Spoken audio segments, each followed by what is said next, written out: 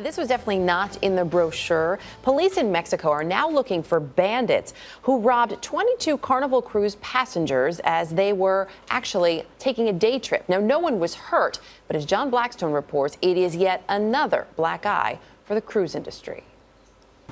When the Carnival Splendor docked at Long Beach this weekend, passengers got off with a memorable, if unpleasant, vacation story. An encounter with a masked gunman. He said in Spanish he wanted everything they had. So one fellow pulled his money out of his wallet and he said, "No, I want everything, backpacks and all." Whatever they had on them, passports, cash, whatever was in their backpacks. Judy Frank from Utah was among the 22 passengers who left the ship to hike a nature trail. He had his gun brandished up here and then he brought it down and he pulled up his shirt to show the knife. When the gunman wasn't looking, Frank snapped his picture. I was really scared, to be honest with you, but at the same time I was a little angry because we're just out minding our business, enjoying the day. In a statement, the cruise line said Carnival sincerely apologizes to its guests for this very unfortunate and disturbing event. Carnival also owns Costa Cruise Lines and is still recovering from the sinking of the Costa Concordia off the coast of Italy, which killed 32 passengers. More than 22 million tourists visit Mexico every year. And Mexico has an image problem, too. It has recently been combating worries about visitor safety with a series of commercials featuring enthusiastic returning tourists. It's totally safe. And then I thought, try to be calm, try to be cool. But there's a much different message coming from one tourist's unusual vacation photo. For CBS This Morning, John Blackstone in San Francisco. With us now, CBS News travel editor Peter Greenberg. Peter, good morning. Good morning, Charlie. So what do you make of this?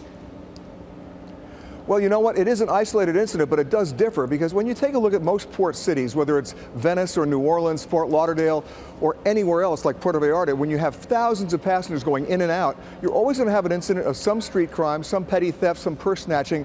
But this is a more organized, it was a planned event.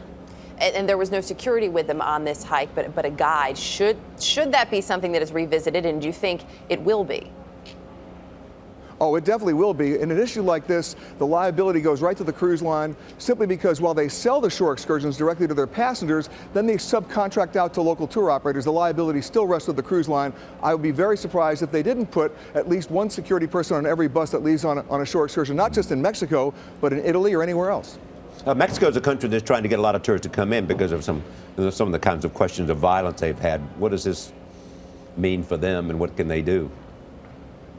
Well, believe it or not, they're expecting 52 million tourists this year, and that number has not gone down, it's gone up. The only place where that number has gone down is North America, which means Americans who are a little bit afraid of going to Mexico.